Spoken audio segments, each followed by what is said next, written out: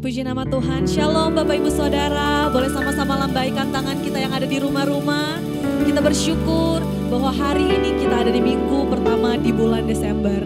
Dan kita mau sama-sama merenungkan kasih dan kebaikan Tuhan dalam hidup kita. Mari sama-sama saat ini kita bawa hati dan hidup kita untuk menyembah Tuhan. Mari sama-sama kita satukan hati kita dan kita berdoa. Terima kasih Tuhan Yesus buat kebaikan-Mu, buat kasih-Mu bagi setiap kami Tuhan. Kami percaya kasih-Mu tak pernah berkesudahan, dulu, sekarang, bahkan sampai selama-lamanya Tuhan Yesus. Dan saat ini kami datang bawa hati dan hidup kami. Kami mau sembah Engkau, meninggikan nama-Mu ya Tuhan. Walaupun kami tidak berada di satu ruangan yang sama Tuhan, tapi kami percaya Roh Kudus-Mu, pengurapan-Mu Tuhan tetap sama.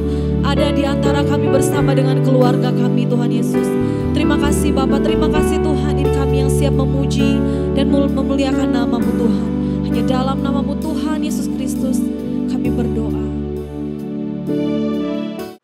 Mari sama-sama kita deklarasikan Mazmur 91 dalam lindungan Allah. Orang yang duduk dalam lindungan yang maha tinggi dan bermalam dalam naungan yang maha kuasa akan berkata kepada Tuhan, tempat perlindunganku dan kubu pertahananku, Allahku yang kupercayai. Sungguh, Dialah yang melepaskan engkau dari jerat penangkap burung dan penyakit sambar yang busuk. Dengan kepaknya ia akan menudungi engkau, di bawah sayapnya engkau akan berlindung, kesetiaannya ialah perisai dan pagar tembok. Engkau tak usah takut terhadap kedahsyatan malam, terhadap panah yang terbang di waktu siang, terhadap penyakit sambar yang berjalan di dalam gelap, terhadap penyakit penular yang mengamuk di waktu petang. Walau 1000 orang rebah di sisimu dan 10.000 orang di sebelah kananmu, tapi tidur tidak akan menimpamu. Engkau hanya menontonnya dengan matamu sendiri dan melihat pembalasan terhadap orang-orang fasik. Sebab Tuhan ialah tempat perlindunganmu yang maha tinggi, telah kau buat tempat perteduhanmu. Malapetaka tidak akan menimpa kamu, dan tulah tidak akan mendekat kepada kemahmu. Sebab malaikat-malaikatnya akan memerintahkannya kepadamu untuk menjaga engkau di segala jalanmu. Mereka akan menatang engkau di atas tangannya supaya kakimu jangan teratuk kepada batu. Singa dan ular teduh akan kau langkahi, engkau akan menginjak anak singa dan ular naga.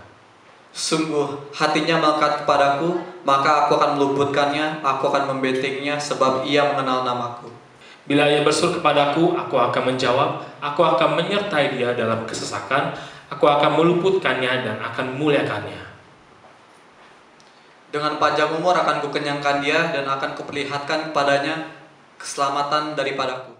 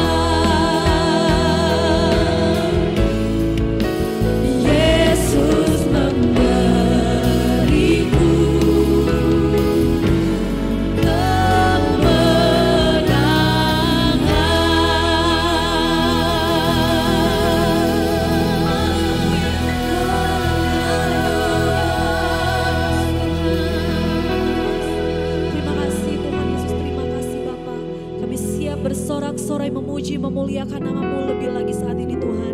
Hanya dalam nama-Mu Tuhan Yesus Kristus kami berdoa dan bersyukur. Yang siap memuji Tuhan sama-sama katakan amin. Sekali lagi boleh sorakan haleluya. Yang ada di rumah-rumah boleh bertepuk tangan buat Tuhan Yesus. Sekali lagi sorakan haleluya.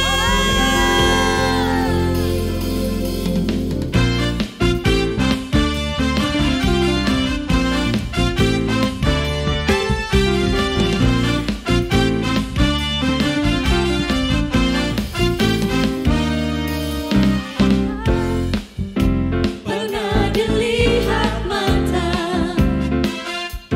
yang tak pernah didengar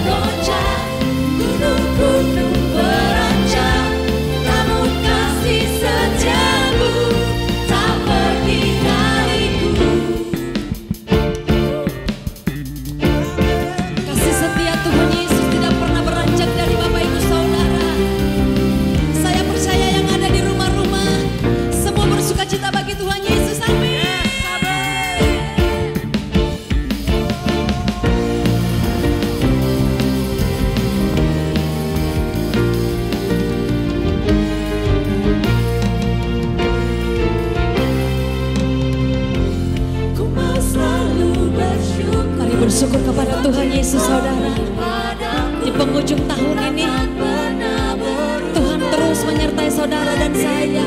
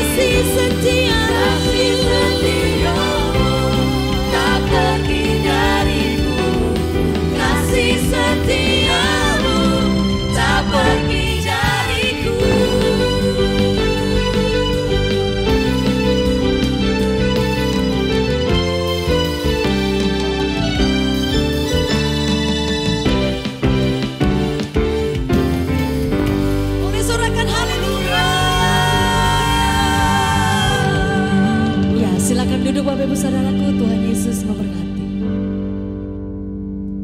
Saat ini kita mau sama-sama mendeklarasikan Pentakosta ketiga. Dalam hitungan ketiga sama-sama kita baca. 1, 2, 3. Pentakosta ketiga adalah pencurahan Roh Kudus yang dahsyat di zaman now, melebihi yang terjadi di Azusa Street. 2. Pentakosta ketiga akan mengakibatkan penuaian jiwa yang terbesar dan yang terakhir sebelum Tuhan Yesus datang kembali. 3. Pentakosta ketiga akan membangkitkan generasi Yeremia, yaitu anak-anak muda yang dipenuhi Roh Kudus, cinta mati-matian kepada Tuhan Yesus, tidak kompromi terhadap dosa, dan akan bergerak untuk memenangkan jiwa. 4. Pentakosta ketiga lahir di Indonesia dan bergerak ke bangsa-bangsa. Gerakan ini dari timur ke barat dan akan kembali ke Yerusalem. 5. Pentakosta ketiga akan memberikan kuasa untuk menyelesaikan amanat agung dan setelah itu Tuhan Yesus datang kembali. Dan saat ini kita akan sama-sama mendengarkan pesan dari tim Teologi Pusat. Tuhan Yesus memberkati.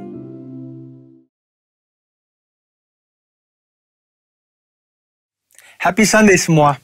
Tema Voice of Pentecost hari ini adalah, apakah orang Kristen pasti berbuah? Sebagai orang percaya, hidup kita harus senantiasa berbuah, agar supaya memberikan kesaksian untuk orang lain dan sebagai bukti dari hasil kerja Roh Kudus. Jadi apa itu sebenarnya buah roh? Galatia 5 ayat 22-23 berkata, tetapi buah roh ialah kasih, sukacita, damai sejahtera, kesabaran, kemurahan, kebaikan, kesetiaan, kelemah lembutan, penguasaan diri. Tidak ada hukum yang menentang hal-hal itu. Kalau kita lihat secara biologi, buah adalah sesuatu yang dihasilkan oleh sebuah pohon sebagai bagian dari proses pertumbuhannya. Buah yang dihasilkan oleh sebuah pohon ditujukan untuk menyebarkan benih, dan proses tersebut bisa melalui berbagai macam cara. Benih tersebut bisa jatuh di tanah, terbawa oleh angin, dimakan oleh binatang atau manusia, dan seterusnya. Demikian juga dengan kehidupan orang Kristen. Hidup kita beberapa kali digambarkan seperti sebuah pohon. Kita ditanam, bertumbuh, lalu menghasilkan buah. Dalam konteks kekristenan, buah roh adalah sesuatu yang keluar dari kehidupan orang percaya setelah bertumbuh dalam Kristus. Dan pada akhirnya, buah tersebut ditujukan untuk menyebarkan benih firman Tuhan kepada semua orang. Ketika seseorang lahir baru dan mempunyai iman percaya kepada Yesus sebagai juru selamat, maka orang itu akan mengalami transformasi dalam kehidupannya yang dikerjakan oleh Roh Kudus. Apabila kita mengizinkan Roh Kudus bekerja, Dia akan memberikan karunia-karunia untuk melayani dan memanifestasikan sifat-sifat Allah melalui perilaku kehidupan kita, orang percaya. Sebab buah roh bukanlah sifat alamiah, melainkan karakter orang percaya yang diperbaharui karena melekat kepada Kristus. Dan ini merupakan sebuah tanda dari kedewasaan rohani. Sekarang kita akan membahas beberapa pertanyaan yang sering dibicarakan seputar buah roh. Yang pertama adalah, apakah seseorang bisa menunjukkan nilai-nilai kebaikan tanpa pendiaman Roh Kudus? Untuk bisa berbuat baik, seseorang tidak harus mengenal Roh Kudus. Banyak orang dunia berbuat kebaikan yang bahkan kadang terlihat seakan-akan lebih baik dari orang percaya. Hal ini karena semua orang dimanapun mereka berada dan dari budaya atau keluarga apapun bisa menerima dan menyetujui prinsip-prinsip buah roh. Namun ada perbedaan yang mendasari prinsip-prinsip dari buah roh tersebut antara orang percaya dan orang dunia. Bagi orang percaya, prinsip-prinsip buah roh dilakukan untuk memuliakan Tuhan. Semua ditujukan untuk menyenangkan Dia, dan firman Tuhanlah yang menjadi standar untuk prinsip tersebut. Tetapi untuk orang dunia, yang hidupnya dikuasai oleh kedagingan dan tidak didiami serta dituntun oleh Roh Kudus, prinsip perbuatan baiknya didasari oleh pemahaman orang itu sendiri dengan motif yang berbeda-beda. Pertanyaan yang kedua adalah, apakah orang yang kelihatan berbahasa roh pasti menunjukkan buah roh dalam kehidupannya? Seseorang bisa saja berdoa dalam bahasa roh, tetapi masih hidup dalam kedagingan serta tidak menunjukkan tanda-tanda buah roh. Sebab dibutuhkan upaya oleh orang percaya supaya Roh Kudus senantiasa bekerja penuh, memimpin, dan membentuk karakter Kristus di dalam diri kita masing-masing. Sekali lagi, hal ini sama seperti sebuah pohon. Agar menghasilkan buah, maka pohon tersebut harus dirawat dan diberikan nutrisi supaya bisa bertumbuh dan menghasilkan buah. Seperti yang tertulis dalam Mazmur 1 ayat 1-3. Jadi, berbahasa roh tidak menjamin bahwa buah roh ada di dalam kehidupan seseorang. Bagaimana caranya supaya bisa menghasilkan buah roh? Kita harus melakukan disiplin rohani seperti bersaat teduh, berdoa, berbahasa roh, merenungkan firman Tuhan, bersekutu dalam kul, ikut pelayanan, membantu orang percaya untuk dapat hidup dalam pimpinan Roh Kudus, dan memberikan pelajaran praktis, sehingga mereka pun dapat menghasilkan buah roh dalam kehidupan mereka. Pertanyaan yang ketiga adalah, apa dampak buah roh dalam kehidupan orang percaya? Sama seperti buah yang berasal dari pohon tidak dimakan dan dinikmati oleh pohonnya sendiri, demikian juga halnya dengan buah roh.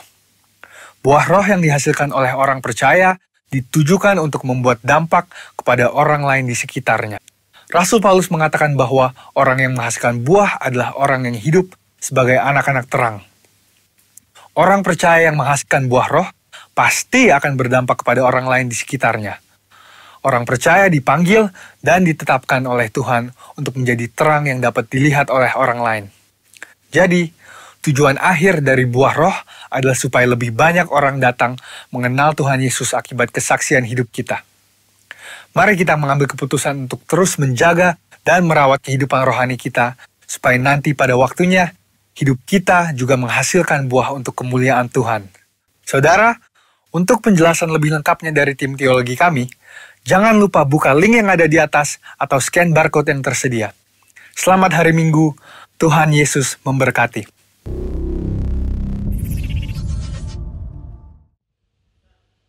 Ya, kita siapkan hati kita untuk mendengarkan taburan firman Tuhan. Kita percaya ada kekuatan baru, ada kemenangan saat kita mendengarkan kebenaran firman Tuhan.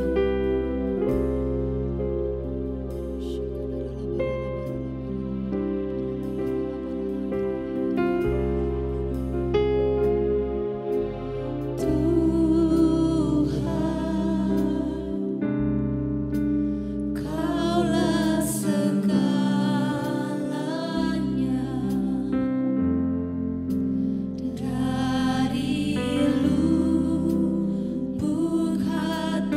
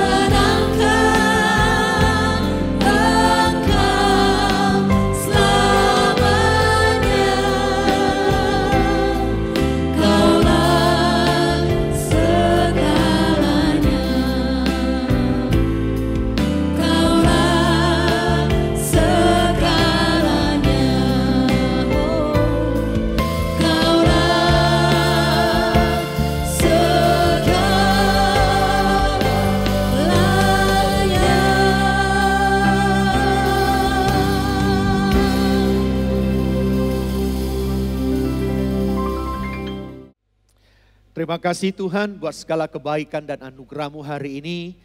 Di minggu yang pertama, di bulan yang ke-12, bulan yang terakhir, kami boleh beribadah, kami boleh memuji, kami boleh menyembah Engkau dalam roh dan kebenaran. Biar pujian penyembahan kami boleh menjadi dupa yang harum yang menyenangkan hati-Mu. Ya sebentar kami akan duduk diam dalam hadirat-Mu untuk mendengarkan kebenaran firman-Mu. Berbicaralah melalui bibir mulut hamba-Mu, urapi hamba-Mu, nyatakan pewahyuan-Mu yang baru turun di tengah-tengah kami.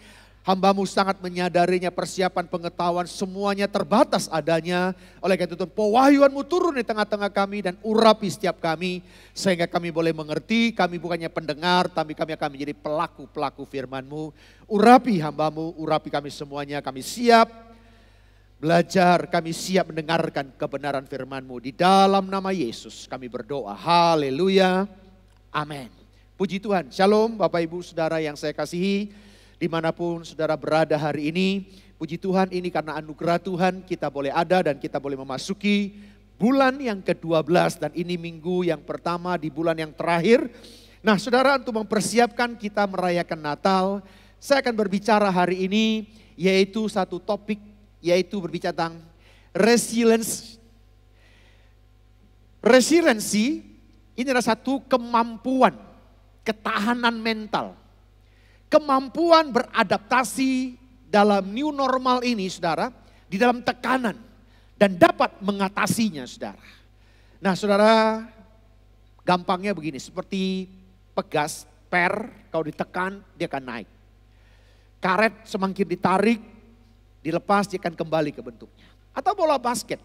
Kalau bola basket di treble semakin kencang dia akan naik semakin tinggi. Nah saya berharap hidup kita bukan seperti bola kristal kalau dilempar akan hancur. Seperti hiasan Natal yang mungkin dari seperti gelas begitu. Nah itu akan pecah. Nah oleh karena itu saudara, hari ini kita akan belajar bagaimana seperti pegas karet bisa kembali. Nah ada satu tokoh dalam Alkitab yang hidupnya adalah mereka mengalami resiliensi dalam hidupnya. Yaitu tokoh itu adalah Daud. Mari kita akan baca Daud. Dalam 1 Samuel 30 kita baca ayat 1 sampai 6. Ini satu kisah yang luar biasa saudara. Satu pembalikan fakta yang luar biasa. Ketika Daud serta orang-orangnya sampai ke Siklak pada hari ketiga. Orang Amalek telah menyerbu tanah Negeb dan Siklak. Siklak telah dikalahkan dan oleh mereka dan dibakar habis. Perempuan-perempuan dan semua orang yang ada di sana, tua dan muda, telah ditawan mereka dengan tidak membunuh seorang pun. Mereka mengiring sekaliannya kemudian meneruskan perjalanannya. Ketika Daud dan orang-orangnya sampai di kota itu, tampaklah kota itu terbakar habis. Dan istri mereka serta anak mereka dan yang laki-laki dan perempuan telah ditawan. Lalu menangislah Daud dan rakyat yang bersama-sama dengan dia itu dengan nyaring sampai mereka tidak kuat lagi menangis. Juga kedua istri Daud ditawan, yaitu Ahinoam dan perempuan Yesril dan Abigail bekas istri Nabel. Orang Karmel itu dan Daud sangat terjepit karena rakyat mengatakan hendak melempari dia dengan batu.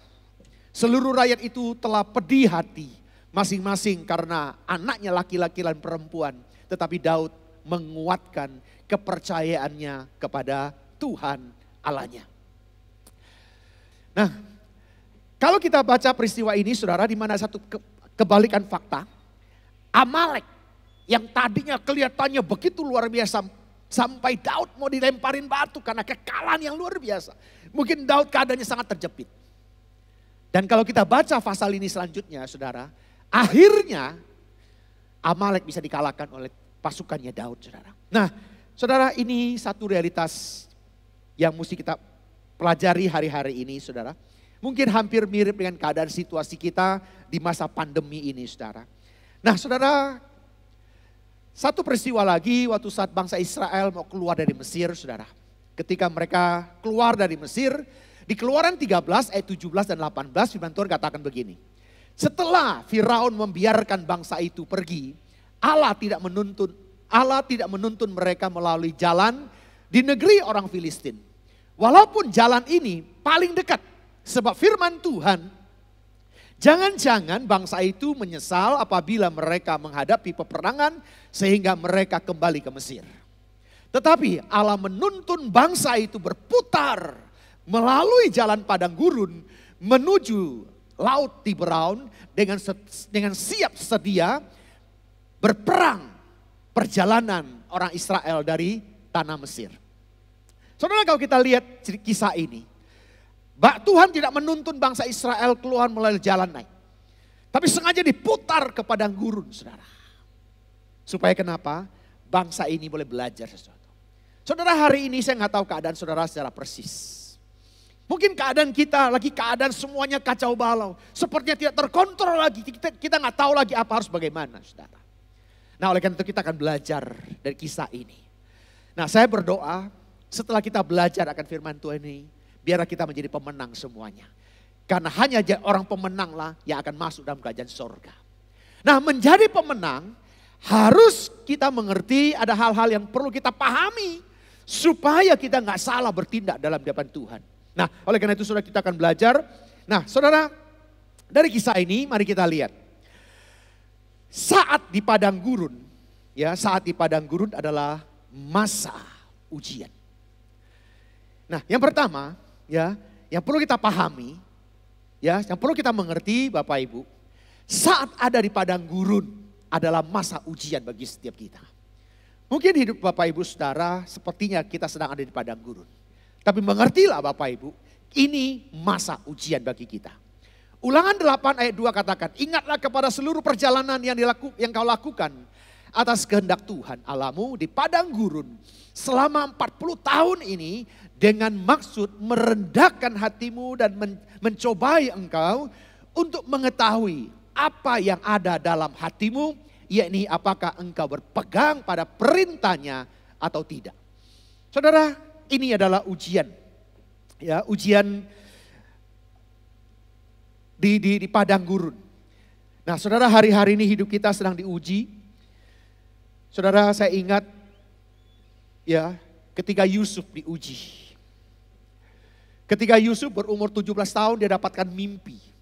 Mendapatkan mimpi visi dari Tuhan.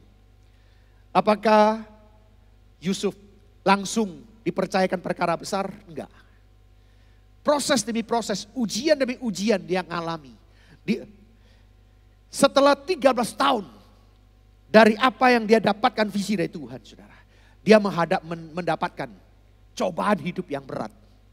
Dan dia harus masuk penjara, dan di penjara dia harus dikhianati dan ditinggalkan, saudara. Dan itu yang terjadi dalam kehidupan Yusuf. Nah saudara, saya mau ingatkan kita, di tengah-tengah masa seperti ini, mungkin kita seperti sedang ada di padang gurun, ini adalah masa ujian bagi kita saudara. Nah, yang tidak disukai Tuhan ketika bangsa Israel ada di padang gurun. Ini jadi pelajaran bagi kita saudara. Yang pertama, mereka ingin kembali ke Mesir. Pingin kembali ke masa lalu, kayaknya masa lalu dulu lebih enak. Bukankah seringkali manusia kecenderungan seperti itu? Seringkali saudara saya lihat tulisan-tulisan di truk-truk gitu ya. Ya, enak kan di masaku saudara. Ditanya seorang mantan presiden yang sudah pernah memimpin di RI ini saudara. Kecenderungan orang pingin kembali masa lalu. Oleh karena itu saudara, untuk bisa melepaskan itu saudara, perlu ngelewatin padang gurun dalam kehidupan kita. Yang kedua saudara, kecenderungan manusia bersungut-sungut ketika menghadapi persoalan.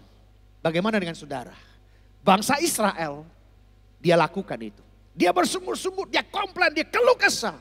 Itu yang dia lakukan saudara. Oleh karena itu butuh 40 tahun untuk memproses bangsa ini saudara. Ya, mari kita belajar bersyukur kepada Tuhan. Hari-hari ini saya mengajak setiap kita jemaat yang saya kasihi, bersyukurlah kepada Tuhan. Apapun yang terjadi, mari kita bersyukur. Mungkin banyak hal yang kita tidak mengerti. Hal yang kedua saudara, yang perlu kita pahami supaya bisa menjadi pemenang, yaitu saat padang gurun adalah masa untuk belajar. Belajar apa saudara? Belajar firman Tuhan pertama. Mari saya mengajak kita untuk belajar akan firman Tuhan. Kalau saudara baca di Lukas 4 ayat 1, saudara, Yesus yang penuh dengan Roh Kudus kembali dari sungai Yordan lalu dibawa oleh Roh Kudus ke padang gurun. Dari ayat ini yang bawa Yesus siapa? Roh Kudus. Berarti Tuhan izinkan Yesus dicobai di padang gurun. Artinya apa saudara? Ketika dicobai, Tuhan Yesus belajar dari persoalan yang sedang dihadapi. Dan selalu saudara, selalu ketika dicobai oleh iblis, selalu firman Tuhan katakan, ada tertulis, ada firman. Mari hari-hari ini saudara, bacalah firman Tuhan secara rutin, baca dan renungkan. Ini akan memberikan kekuatan baru dalam kehidupan kita. Kita belajar mendengar suara Tuhan saudara. Saya rindu hari-hari ini kalau kita banyak at home saudara. Banyak kita duduk tenang, banyak muji nyembah dan biar kita belajar mendengar suara Tuhan. Lukas 3 ayat 2 katakan pada waktu Hanas dan Kayafas menjadi imam besar, datanglah firman Allah kepada Yohanes anak Sakaria di padang gurun saudara. Saudara, bagaimana Yohanes bisa dengar suara Tuhan ketika dia ada di padang gurun saudara. Kadang-kadang Tuhan tuh terlalu sulit untuk berbicara ketika kita sedang menghadapi kesuksesan, ketika kita sibuk dengan berbagai hal duniawi. Tapi mungkin ketika kita ada di padang gurun, duduk tenang dan duduk diam di hadapan Tuhan, panca telinga kita mungkin terbuka untuk mendengar suara Tuhan. Mari kita belajar dari suara Tuhan hari ini. Hal yang ketiga, yang perlu kita pahami supaya kita jadi pemenang, yaitu di saat di padang gurun adalah masa mengalami Tuhan secara pribadi. Saya nggak tahu kekristenan Bapak Ibu Saudara sampai hari ini, tapi saya rindu biarlah kekristenan kita semakin hari saudara, semakin mendalam dengan Tuhan. Semakin mengerti akan Tuhan. Semakin kita belajar mengalami Tuhan secara pribadi. Mari kita nyanyi lagu ini yuk. Dalam kelemahan kita justru kuasa Tuhan akan dinyatakan. Nyata di dalam kelemahanku, kekuatanmu menopang seluruh hidupku. Dari mana datang pertolonganku? Hanya Yesus pertolonganku. Kaulah sumber kekuatan hatiku, tempat persembunyianku. Engkau penolong di saat susahku, tempat perlindunganku. Kau menara dan perisai di hidupku. Nah saudara, ketika ada tempat persembunyian dengan Tuhan, saya mau rindu mengajak kita, sikap ini yang harus kita kembangkan dalam kehidupan kita. Yaitu sikap kesabaran dan ketekunan. Kesabaran dan ketekunan perlu hari-hari ini ya kita lakukan dalam kehidupan kita. Kalau kita baca di Yakobus 5 ayat 7 sampai 12 sampai 11 katakan begini. Karena itu saudara-saudara, bersabarlah sampai kepada kedatangan Tuhan. Sesungguhnya petani menantikan hasil yang berharga dari tanahnya dan ia sabar sampai telah turun hujan musim gugur dan musim semi. Kamu yang harus bersabar dan harus meneguhkan hatimu karena kedatangan Tuhan sudah dekat. Saudara-saudara, janganlah kamu bersungut-sungut dan saling mempersalahkan. Supaya kamu jangan dihukum, sesungguhnya hakim telah berdiri di ambang pintu. Saudara-saudara, turutilah teladan, penderitaan dan kesabaran para nabi yang telah berbicara demi nama Tuhan. Saudara, saya rindu biar hari-hari ini kita boleh belajar lebih banyak. Mari kita perhatikan kebenaran firman Tuhan, saudara. Mujizat masih terjadi dan mujizat masih ada sampai hari ini. Saudara, ketika musim paceklik, musim kering, Elia dipelihara. Elia dipelihara dengan apa, saudara? Dengan burung gagak. Elia dipelihara oleh seorang janda. Saudara, ini perkara-perkara yang perlu kita sikapi dengan kesabaran dan ketekunan, saudara. Nah, karakter yang baik itu mesti kita kembangkan, saudara. Ya, nah, saudara, dari ayat ini, saudara, kita perlu bersabar. Dari perikop ini, saudara, kata Yunani bersabar itu, ya, kata bahasa Yunaninya yaitu, bahasa Yunaninya makrotumeo. Yaitu 4 kali. Dalam perikop ini saja itu 4 kali ditulis, saudara. Nah, kata bertekun bahasa Yunaninya adalah hupemone. Itu 2 kali dalam satu perikop ini ditulis, saudara. Nah, saudara, ayat ini mengingatkan kita, saudara. Ya, nah, kata sabar menurut Kamus Besar Bahasa Indonesia, kata sabar itu artinya tahan menghadapi cobaan. Tidak lekas marah, tidak lekas putus asa, tidak lekas patah hati, tabah dan tenang. Tidak kerasa-kerusu, bahasa Jawa bilang. Ya, tidak tergesa-gesa dan tidak terburu nafsu. Nah, ini pengertian sabar. Nah, oleh karena itu saudara, kita perlu bertekun dan bersabar, saudara. Nah, firman Tuhan menghendaki kita harus bersabar. Karena kenapa? Kita perlu banyak bersabar karena Allah itu panjang sabar. Keluaran 3:4 ayat 6 katakan, berjalanlah Tuhan lewat dari depannya dan berseru, Tuhan, Tuhan Allah penyayang dan pengasih, panjang sabar dan berlimpah kasihnya dan setianya. Itulah Tuhan yang kita sembah. Tuhan kita bukan Tuhan yang bengis, salah sikat begitu, bukan, saudara. Tuhan kita penuh sabar. Dia sabar menunggu, saudara, supaya kita hari-hari ini semakin sungguh-sungguh kepada Dia. Yang kedua, panjang sabar itu sifat yang terpuji. Keluaran 16 ayat 32 katakan orang yang sabar melebihi seorang pahlawan. Orang yang menguasai dirinya melebihi orang yang merebut kota. Saudara, kita rindu supaya hari-hari ini kemenangan kita ada di pihak kita. Mari bersabarlah. Yang ketiga, sabar itu adalah buah roh, saudara. Nanti saudara bisa baca di Galatia 5 ayat 22 sampai 23. Ini adalah buah roh kesabaran. Salah satunya adalah buah itu, saudara. Oleh karena itu, saudara, saya rindu mengajak kita biar hari-hari ini kita semakin sabar menghadapi tantangan semakin yang tidak menentu ini, saudara. Mari saya rindu, saudara, kita semakin sabar menantikan kasih Tuhan dinyatakan. Tak terukur kasihnya, kita akan nyanyi lagu ini yuk. Tak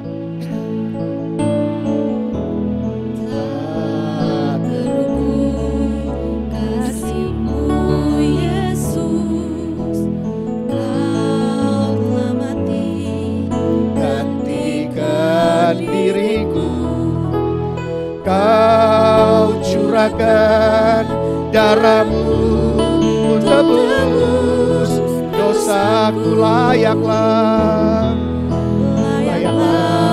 Kau Tuhan dipuji dan disembah dengan segenap hatiku. Layaklah Kau Tuhan dipuji dan disembah dengan segenap jiwa ragaku. Semakin kita bersabar, saudara, kita akan semakin bisa menikmati kasih Tuhan. Nah, saudara, sabar dalam aspek apa yang mesti kita lakukan, saudara? Nah, pertama, saudara, sabar terhadap sesama. Saudara, mungkin hari-hari ini dalam keadaan seperti ini, mungkin banyak orang yang mungkin lagi stres gitu ya. Sehingga mungkin, saudara, perilakunya aneh-aneh terhadap kita. Mungkin dampaknya kita terasa. Mungkin banyak sekarang orang-orang yang mungkin agak sedikit miring-miring sedikit, mungkin akan kita temui, saudara. Karakter yang aneh-aneh, kita akan temukan orang seperti itu.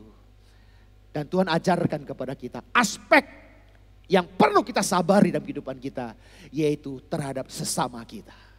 Kolose 3 ayat 13 katakan, sabarlah kamu seorang terhadap yang lain dan ampunilah seorang akan yang lain. Apabila yang seorang menaruh dendam terhadap yang lain, sama seperti Tuhan telah mengampuni kamu, kamu perbuat jugalah demikian. Mari saudara, biar hari-hari ini dari mulut kita bukan kepahitan, kekecewaan yang keluar dari mulut kita.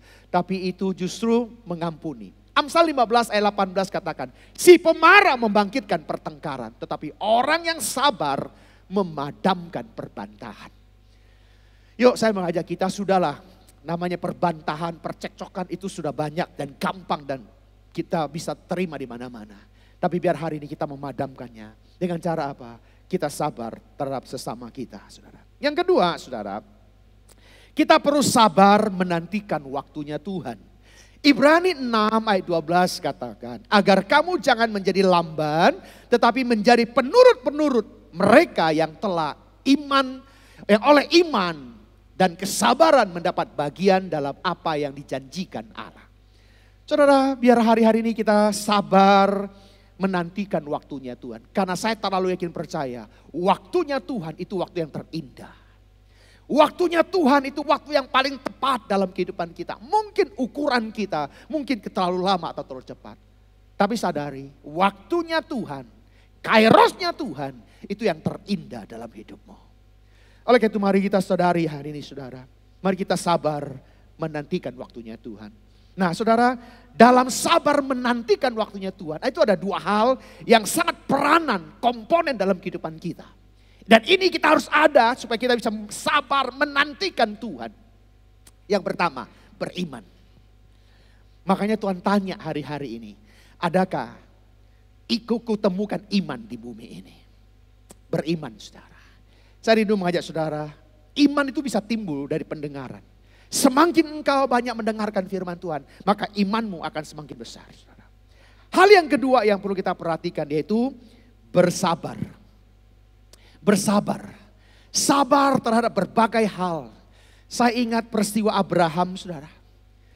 Abraham kalau enggak, ya walaupun sempat kurang sabar sih. Gitu kan. Tapi saudara, Abraham itu termasuk orang yang sabar dalam hidupnya. Dia sabar menantikan waktunya Tuhan. Dia sabar walaupun sepertinya nggak ada lagi harapan. Secara fisik nggak ada lagi mungkin bisa diharapkan. Mana mungkin.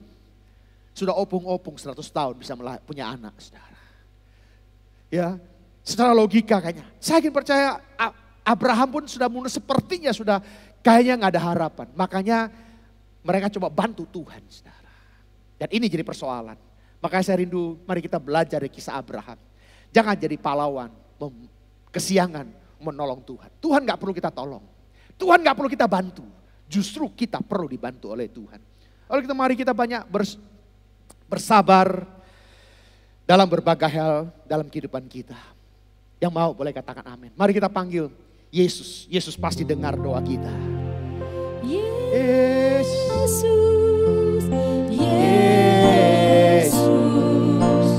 dengar doaku, janganlah Tuhan lalui, berilah berkat-Mu. Yang ketiga, yang terakhir saudara, ini aspek yang Tuhan mau kita sabari, yaitu sabar dalam kesulitan. Sabar di dalam berbagai kesulitan yang kita hadapi, saudara. Roma 12 ayat 12 katakan, bersukacitalah dalam pengharapan, sabarlah dalam kesesakan, dan bertekunlah di dalam doa. Ini saya mendorong, ini yang mari kita lakukan bersama-sama saudara. Yakobus 1 ayat 2 dan 4 sampai 4 katakan begini, saudara-saudaraku, anggaplah sebagai suatu kebahagiaan apabila kamu jatuh ke dalam berbagai-bagai pencobaan. Sebab kamu tahu bahwa ujian terhadap imanmu itu menghasilkan ketekunan. Dan biarkanlah ketekunan itu memperoleh buah yang matang, supaya kamu menjadi sempurna dan utuh dan tak berkekurangan suatu apapun. Nah saudara, saya rindu biarlah ini proses, mungkin ada ujian yang sedang kita hadapi. Biarlah itu membuat kita semakin hari, semakin dewasa di hadapan Tuhan. Saudara, memang ujian itu masa-masa yang tidak enak. Saudara, seorang guru yang dia mengerti akan anak-anak didiknya. Justru guru itu dia akan diam dan dia tidak akan lakukan apa-apa ketika ujian sedang terjadi. Betul Bapak Ibu? Ketika ujian terjadi guru akan diam. Mungkin mulutnya udah serapuk, udah kemerah, mukanya udah stres begitu. Tapi gurunya akan diam. Makanya seorang guru yang baik ketika muridnya sedang menghadapi ujian dia akan diam. Saudara, kadang-kadang ketika kita sedang menghadapi ujian, sepertinya doa kita mentok di plafon. Bukan Tuhan gak dengar doa kita, tapi dia membiarkan kita supaya kita belajar. You're learning something in your life. Kita perlu belajar hari ini saudara. Nah saudara, kalau kita sudah melewati semuanya itu saudara. Ayub 23 ayat 10 katakan, karena ia tahu jalan hidupku. Seandainya ia menguji aku, kata Ayub, aku akan timbul seperti emas. Saya mau jadi emas, bukan emas budi, bukan saudara. Tapi ini emas murni, emas tulen saudara. Saya ingat saudara, saya pernah baca satu makalah tentang pemurnian emas. Memang satu-satunya di muka bumi ini logam yang kalau semakin terus dipanaskan itu tidak berubah struktur kimianya, tapi justru semakin dipanaskan dia akan semakin keluar kemurniannya saudara. Logam-logam lain akan terus dipisahkan, itu hanya emas. Kalau yang lain biasanya sampai tertentu deh. Nah emas itu kalau dia mau dimurnikan, supaya dimurnikan, ditambahin ada cairan flex gitu saudara, itu akan dipanaskan terus di atas, bukan 100 derajat. Kalau 100 air mendidih, bikin kopi saudara. Tapi saya tahu emas itu dipanaskan berapa? 1064 derajat. Sampai semuanya logam-logam lain terpisahkan. Sehingga emas yang murni keluar. Saya berharap di masa-masa seperti sekarang, masa seperti pandemi kita sedang disembunyikan oleh Tuhan. Ini masa-masa kita belajar sesuatu. Oleh karena itu mari kita tekun. Dan percayalah kita akan seperti bola basket. Semakin dibanting, semakin keras pemain bola basket membanting bola itu akan melejit lebih tinggi. Engkau tidak akan pernah sama. Sebentar kita akan mengakhiri tahun ini. Tapi saya ingin percaya tahun 2021 adalah tahun mengalami terobosan baru dalam hidup saudara. Kau akan mengalami perkara-perkara dahsyat akan terjadi dalam hidupmu. Oleh karena itu saudara, apa sih upahnya Pak kalau kita tuh mau ketika kita dimurnikan seperti emas, mungkin gak enak, gak nyaman dalam kehidupan kita. Untuk apa sih Pak kita lakukan saudara? Sadarlah saudara, ada upah kesabaran. Yaitu mahkota kehidupan Tuhan sudah sediakan bagi saudara. Ayat yang terakhir Yakobus 1 ayat 12 katakan, berbahagialah orang yang bertahan dalam pencobaan. Sebab apabila ia sudah tahan uji, ia akan menerima mahkota kehidupan yang dijanjikan Allah kepadanya. Kepada barang siapa yang mengasihi dia. Saya ingin percaya umat-umat yang saya kasih adalah umat-umat yang mengasihi Tuhan Yesus. Kalau engkau mengasihi Tuhan Yesus, ketika engkau diuji, saya berharap engkau akan keluar seperti emas yang murni. Yang mau boleh katakan amin saudara. Sekali lagi, biar saya rindu mengajak kita semuanya hari-hari ini. Percayalah doa kita pasti didengar oleh Tuhan. Dan Tuhan siap untuk menjamah saudara hari ini. Dan ini persiapan kita untuk merayakan Natal saudara. Nanti saudara boleh dengar pengumuman dan saya berharap semua jemaat Tuhan, mari kita merayakan Natal. Memang saudara himbauan pemerintah, himbauan PGI saudara, ya dari pemerintahan pusat dan pemerintahan kota dan Kabupaten Bekasi. Mereka sudah mengeluarkan himbauan supaya kita tidak merayakan Natal berkumpul dalam keadaan orang banyak. Karena ini akan membawa penularan virus lagi. Oleh itu saudara, saya rindu mengajak kita dalam suasana Natal ini. Kita akan, bukan berarti kita tidak merayakan Natal. Kita tetap merayakan Natal. Dan Natal tahun ini spesial. Karena kenapa? Tahun ini kita akan merayakan Natal di rumah kita masing-masing. Tuhan izinkan kita tidak merayakan Natal seperti biasa tahun-tahun yang kita lewati. Rame-rame. Tapi tahun ini Tuhan mau kita merayakan Natal di rumah tangga kita masing-masing. Supaya Yerusalem kita mengalami sukacita Natal. Dan sukacita Natal ini akan kita bawa keluar. Yang mengerti boleh katakan amin. Bapak Ibu nanti dengarkan pengumuman. Lihat jadwal Natal kita tanggal 24 malam kita akan ada ibadah malam Natal. Tanggal 25 kita akan ibadah Natal. Nanti akan dilayani gembala pembina kita Pak Niko. Nah tanggal 31 kita akan ada ibadah tutup tahun. Dan ibadah buka tahun tanggal 1. Saudara dimanapun saudara berada. Jika saudara pulang. Berlibur dengan keluarga, pulang di kampung dengan keluarga. Saudara boleh bisa link dengan link YouTube kita. Dan saya berasa bisa ibadah. Dan hari-hari ini YouTube kita akan terus mengirimkan informasi-informasi. Oleh itu saudara, saya mengajak saudara. Senantiasa bukalah link kita, link gereja. GBI Induk ya, Jemaat Induk. Sering-sering kali buka dan link dan subscribe dan nyalakan loncengnya supaya kita akan ada posting-postingan baru, ada informasi baru akan termotivasi dalam hidup saudara, dalam gadget saudara. Oleh itu saudara, saya rindu supaya hari ini perhatikan supaya kita boleh informasinya saudara boleh terima dengan baik. Dan saya ingin percaya saudara, hari-hari ini mahkota kehidupan tersedia bagi kita. Yesus jamah. Yesus jamah selang hidupku dan beri damai di hatiku.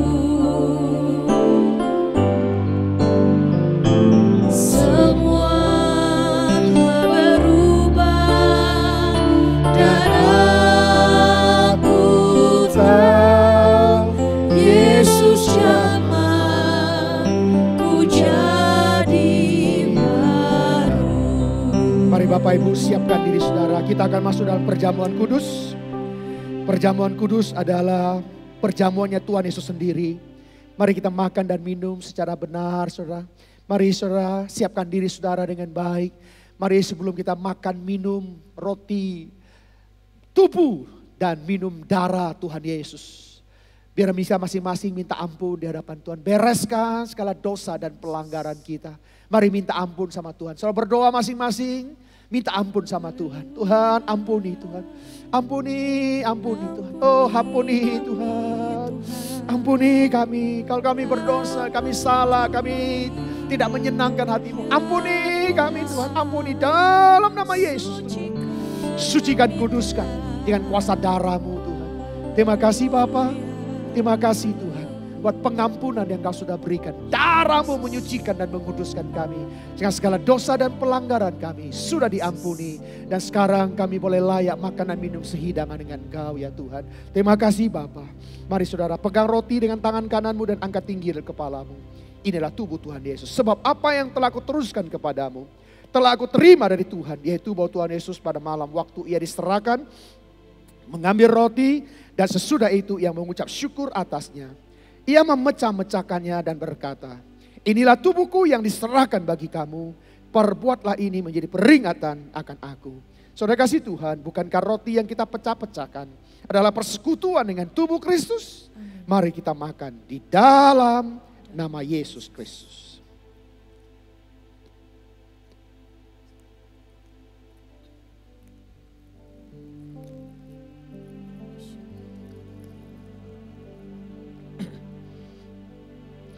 Pegang cawan dengan tangan kananmu dan angkat tinggi dari kepalamu. Ini adalah darah Tuhan Yesus. Demikian juga ia mengambil cawan sesudah makan lalu berkata, cawan ini adalah perjanjian baru yang dimeterai oleh darahku. Perbuatlah ini setiap kali kamu meminumnya menjadi peringatan akan aku. Saudara kasih Tuhan, bukankah cawan pengucapan syukur yang atasnya kita ucapkan syukur adalah persekutuan dengan darah Kristus? Mari kita minum di dalam nama Yesus Kristus.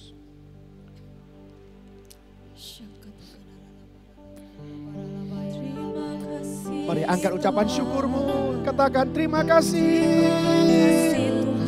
Terima kasih. Engkau baik, sungguh baik. Terima kasih. Terima kasih. Terima kasih Yesusku. Terima kasih Yesusku.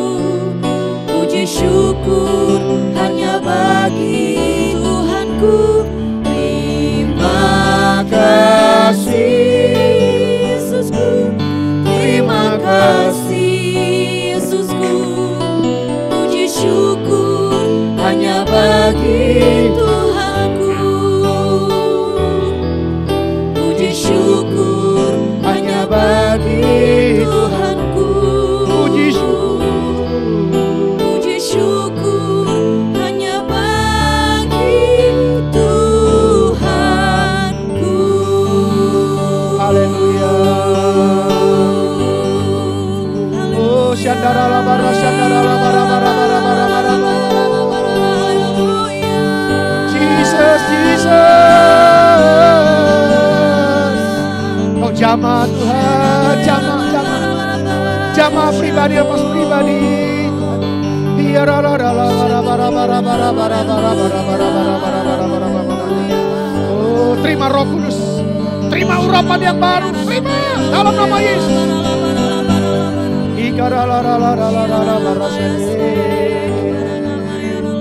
Yesus jamaah. Yesus jamah dalam hidupku dan beri damai di hatiku. Semua telah berubah dan aku tahu Yesus jamah ku jadi baru. Terima kasih Tuhan. Terima kasih Allah Roh Kudus, Kau sudah menjamah setiap pribadi lepas pribadi. Kau sudah menjamah umat-umatmu Tuhan Roh Kudus. Kau sudah memenuhi setiap anak-anakmu. Di era Pentakosta yang ketiga ini semuanya dipenuhi dengan Roh Kudus. Dalam nama Yesus Tuhan. Dengan kepenuhan dari api Roh Kudus ini Tuhan. Membuat kami akan semakin bisa sabar dan tekun dalam menghadapi hidup ini. Bahkan kami akan bisa mengatasinya dan kami akan keluar sebagai pemenang ya Tuhan. Terima kasih Roh Kudus. Terima kasih ya Bapak dengan urapan yang baru yang kami terima hari ini. Yang lemah sudah dikuatkan. Yang susah sudah dihibur. Yang berbeban berat sudah diangkat dalam nama Yesus. Bahkan kau yang sakit Tuhan di dalam nama Yesus. Sakit penyakit sudah disembuhkan. Kami sehat, kami kuat di dalam Engkau ya Bapak. Bahkan Tuhan yang berkekurangan diberkati Tuhan melimpah-limpah. Dampak umat-umatmu yang kena PHK Tuhan. Hamba perkatakan jadikan mereka pengusaha-pengusaha baru. Di dalam nama Yesus. Apa saja yang dikerjakannya, Engkau membuatnya berhasil. Di dalam nama Yesus kami berdoa. Haleluya. Yang sudah diurapi Tuhan sama-sama katakan. Amin.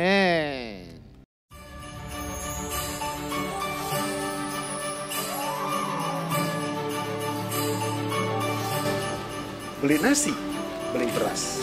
Belinya di kota Jember. Shalom, GBI Rayon 18. Ada apa nih di bulan Desember?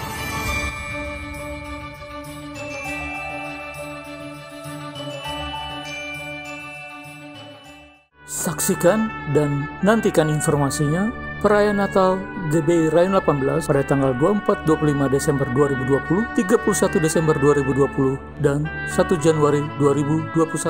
Kembali para pelayan Tuhan di Rayon 18 untuk wajib mengikuti ibadah Menara Doa Pelayan Jemaat di Rayon 18 pada hari Selasa 8 Desember 2020 pukul 7 malam. Ibadah dilakukan via Zoom dengan ID 886-325-7384.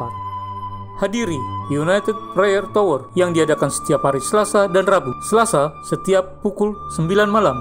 Rabu setiap pukul 9 malam. ID Zoom United Prayer Tower adalah 891-8221-0422 dengan passcode UNITY.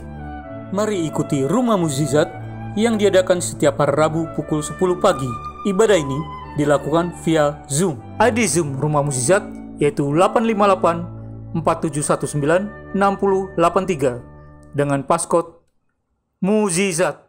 Ikuti pula doa puasa yang diadakan setiap hari Sabtu pukul 10 pagi. Ibadah ini dilakukan via Zoom. ID Zoom untuk doa puasa yaitu 811-7956-4302 dengan passcode puasa. Shalom kaum wanita yang dikasihi Tuhan Yesus. Ikuti ibadah Natal WBI via YouTube yang akan tayang perdana pada hari Kamis tanggal 10 Desember 2020 pukul 4 sore.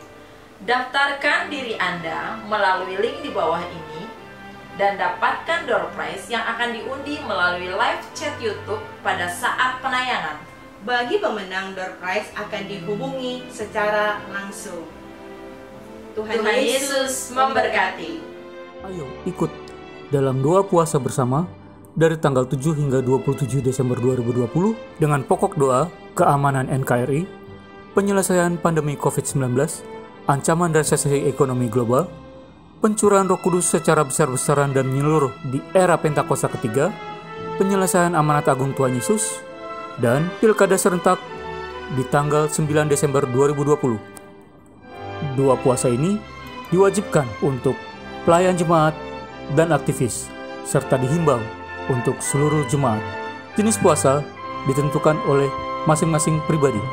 Telah dibuka penerimaan murid baru TK PAUD Bintang Bersinar untuk tahun ajaran 2021-2022. Untuk tahun ini, uang pangkal bebas. Daftarkan anak Anda di TK Bintang Bersinar Mega Bekasi atau di TK Bintang Bersinar Cibitung. Untuk informasi dapat menghubungi Misi Eni di 0812-9384-2900 atau dapat menghubungi Miss Lily di 0895-3724-91861. Ibadah penyerahan anak akan diadakan pada hari Minggu 20 Desember 2020 pukul 1 siang. Untuk informasi dapat menghubungi 0896-5165-8737. Perayaan Natal Sekolah Minggu GBI Rayon 18 akan diadakan via Zoom pada hari Sabtu 13 Desember 2020 pukul 3 sore dengan tema Jesus Christ is my only hope.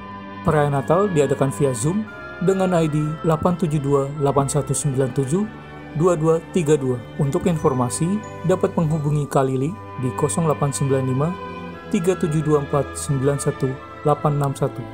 Jemaat dapat mendukung pelayanan GBI Rayon 18 dengan mentransfer atau men-scan QR yang tertera di layar.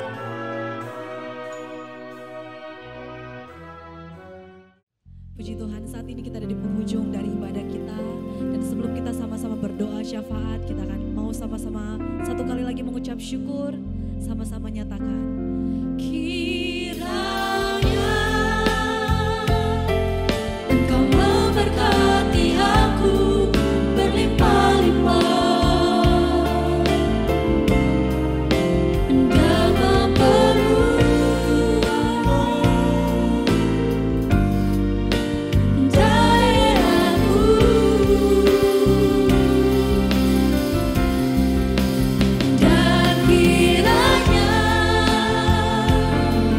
Tangan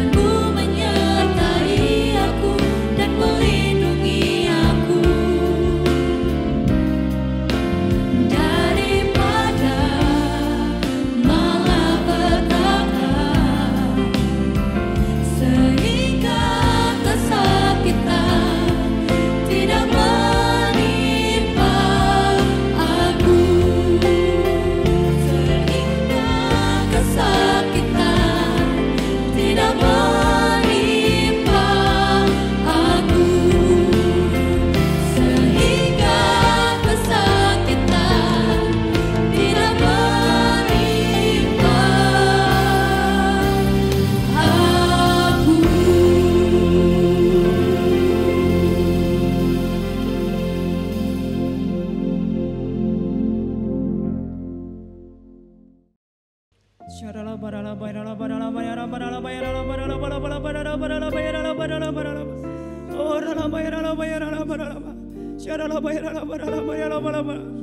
kasih Tuhan, terima kasih Bapa. Terima kasih buat hadirat-Mu ya Tuhan, yang sungguh Kau nyatakan di tengah-tengah kami Tuhan. Oh Bapa, kami sungguh bersyukur kepadamu ya Tuhan. Kami percaya Tuhan, kami percaya Engkau hadir di setiap rumah-rumah ya Tuhan. Saat kami memuji menyembah Engkau Tuhan, kuasa-Mu bekerja, Roh-Mu bekerja atas setiap umat-Mu ya Tuhan, melawan setiap umat-Mu ya Allah. Oh Rabaya Rabaya Rabaya Rabaya Jana Rabaya Rabaya Rabaya Rabaya Rabaya Rabaya. Kami rindukan ya Tuhan, kami rindukan kemuliaan-Mu. Semakin Engkau nyatakan atas gereja-Mu Tuhan, atas umat-Mu ya Tuhan, dimanapun berada ya Tuhan, baik yang ada di rumah-rumah, biar kemuliaan-Mu Kau nyatakan ya Tuhan dalam nama Yesus Tuhan. Terima kasih Bapa, terima kasih. Biar lewat pujian penyembahan yang telah kami naikkan di hadapan-Mu Tuhan, boleh menjadi dupa yang harum di hadapan-Mu, yang menyenangkan hati-Mu ya Tuhan. Biarlah Tuhan hati-Mu sungguh-sungguh disukakan ya Tuhan, lewat pujian penyembahan umat-Mu ya Allah. Engkau bertata di atas pujian umat-Mu ya Allah. Terima kasih Bapa, terima kasih. Terpujilah Engkau Allah yang dahsyat, Allah yang hebat, Kau Allah yang ajaib. Di saat pujian penyembahan dinaikkan ya Tuhan, oh hadirat-Mu turun, membawa pemulihan, membawa pemulihan, membawa kesembuhan, membawa kelepasan. Mujizat-mujizat terjadi di setiap rumah-rumah ya Tuhan. Di dalam nama Tuhan Yesus, dalam nama Yesus, sukacita surgawi turun memenuhi semua kami umat-Mu ya Tuhan. Damai sejahtera Allah berlimpah-limpah atas setiap umat-Mu. Terima kasih Bapa, terima kasih.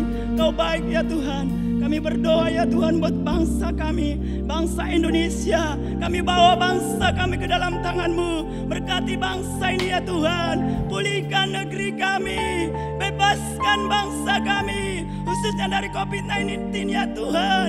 Engkaulah pembebas bangsa ini Tuhan. Engkaulah penolong kami. Selamatkan bangsa kami, sembuhkan bangsa kami. Di dalam nama Yesus, kuasa-Mu terlebih besar ya Tuhan, atas segala sakit penyakit apapun yang sedang terjadi atas bangsa ini. Dalam nama Yesus kami percaya Tuhan, kuasa-Mu sanggup membebaskan Indonesia dari COVID-19 di dalam nama Yesus Tuhan. Berkati pemerintahan kami Tuhan, presiden, wakil presiden ya Tuhan, pakai mereka, terus tambahkan hikmat daripada-Mu, tambahkan Tuhan, pengurapan-Mu turun atas mereka, mampukan mereka Tuhan untuk mengatasi setiap persoalan yang sedang terjadi di bangsa ini.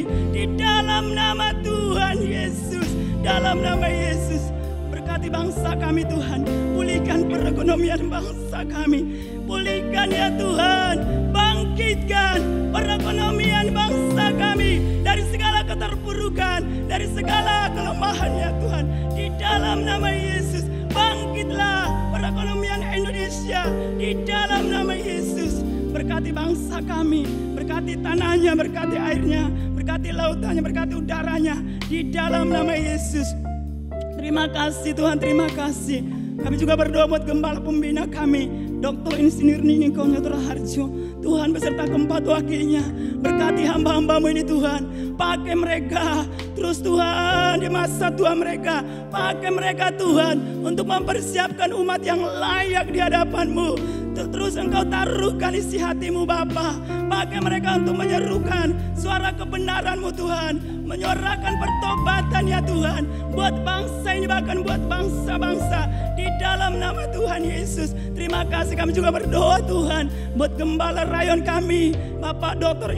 Dr. Andi Markus MTH ya Tuhan, kami serahkan dalam tangan-Mu. Pakai gembala kami lebih lagi Tuhan. Terus Engkau tambahkan hikmat daripadamu, pewahyuan yang baru, ketajaman roh di dalam nama Yesus. Tambahkan baik gembala kami, keintimannya bersama dengan Engkau lebih lagi ya Tuhan, sehingga boleh diimpartasikan semua apa yang diterima daripada Tuhan, diimpartasikan turun atas umat-Mu yang ada di Rayon 18 ini dalam nama Yesus. Berkati kesehatannya Tuhan dalam nama Yesus. Tutup bungkus dengan kuasa darah-Mu, berkati pasukan malaikat-Mu ya Tuhan. Dalam nama Yesus Tuhan, kami percaya Tuhan, perlindungan-Mu sempurna atas gembala kami di dalam nama Yesus. Berkati Ibu Sutanti Tuhan, berkati Ibu Gembala kami, tambahkan hikmat daripada-Mu Tuhan. Pakai lebih lagi Tuhan, menjadi tiang doa yang kuat, menopang Bapak Gembala kami, bahkan menopang gereja ini Tuhan. Terima kasih, berkati keluarganya Tuhan. Oh, kedua anaknya berkati dalam nama Yesus. Bahkan keempat wakilnya Engkau berkati, biar mereka boleh bergandengan tangan untuk membawa gereja-Mu Rayon 18 ini Tuhan masuk dalam rencana-Mu yang besar. Pakai mereka Tuhan untuk melakukan amanat agung-Mu ya Tuhan, di dalam nama Yesus Tuhan, untuk menuai banyak jiwa bagi kemuliaan nama Tuhan. Berkati juga ya Tuhan seluruh pengerja yang ada di Rayon 18, para diaken diakonis, para pendoa, DP3 ya Tuhan, choir, dancer ya Tuhan, oh media semua yang terlibat dalam pelayanan, hamba-hamba Tuhan yang telah setia melayani Tuhan di gereja ini. Tuhan berkati mereka, berkati keluarga mereka, berkati pelayanan mereka di dalam nama Yesus Tuhan. Terima kasih, kami ucap syukur kepada-Mu ya Tuhan. Kami juga berdoa ya Tuhan. Oh rapasyakaralabayaraba. Oh raparalabayaralabayaralabayaraba. Buat pilkada serentak yang akan diadakan tanggal 9 Desember ini Tuhan, kami serahkan semuanya ke dalam tangan-Mu. Kami perkatakan semuanya berjalan dengan baik. Pilkada serentak berjalan dengan baik. Kami tolak setiap roh kerusuhan, kami tolak setiap kekacauan dari kota Bekasi, dari Kabupaten Bekasi, dalam nama Yesus, bahkan dari seluruh Indonesia. Dalam nama Yesus terima kasih. Semuanya aman dalam perlindungan Tuhan. Dalam nama Yesus terima kasih Tuhan. Terpuji-pujilah Engkau. Sekali lagi juga kami berdoa buat umat-Mu yang ada di Rayon 18. Kau berkati mereka Tuhan. Dalam nama Yesus, berkati setiap pekerjaan mereka, usaha mereka, bisnis mereka. Diberkati Tuhan. Apa saja yang umat-Mu kerjakan, Tuhan buat berhasil dan beruntung. Di dalam nama Yesus, yang lemah Engkau kuatkan, yang susah Kau hiburkan, yang sakit Kau sembuhkan.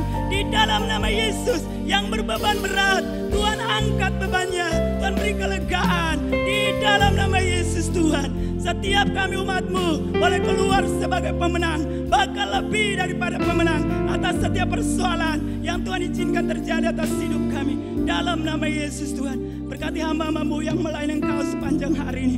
Worship leader ya Tuhan, para singer ya Tuhan, pemusik, tim media, semua hamba-Mu, Bapak Gembala kami yang telah menyampaikan firman-Mu. Tuhan berkati lebih lagi, pakai terus Tuhan, pakai sebagai penyambung lidah-Mu untuk menyampaikan pesan-pesan-Mu bagi umat-Mu ya Tuhan. Di dalam nama Yesus Tuhan, terima kasih, biar perkenanan-Mu terus Engkau nyatakan bagi Rayon 18, bagi gereja-Mu ini Tuhan. Di dalam nama Yesus Tuhan, terima kasih. Sebentar kami mau pulang ya Tuhan.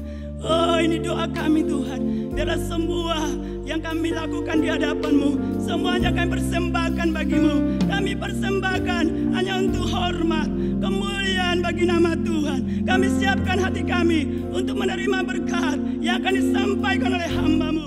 Mari kita akan naikkan doa kita sebelum kita membawa persembahan kita. Mari kita satu dalam doa. Bapa, hamba berdoa buat setiap umat-umat-Mu.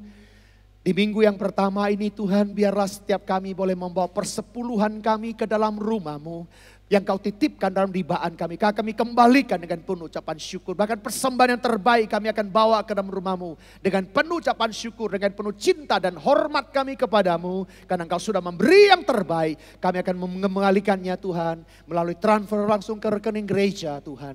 Terima kasih Bapa, di dalam nama Yesus kami sudah berdoa. Haleluya. Amin. Mari buka hati dan angkat kedua tanganmu, terimalah berkat-berkat surgawi. Berkat kasih karunia yang melimpah-limpah dari Allah Bapa, di dalam anaknya yang tunggal, Yesus Kristus Tuhan, dan persekutuan yang manis dengan Allah Roh Kudus yang senantiasa menyertai, menyinari dan diperapkan wajahnya kepada engkau mulai saat ini sampai Maranatha. Tuhan Yesus datang yang kedua kali menjemput kita di awan-awan yang permai, bahkan sampai selama-lamanya. Yang percaya dan sudah diberkati Tuhan, sama-sama kita katakan amin. Selamat hari Minggu, Tuhan Yesus memberkati.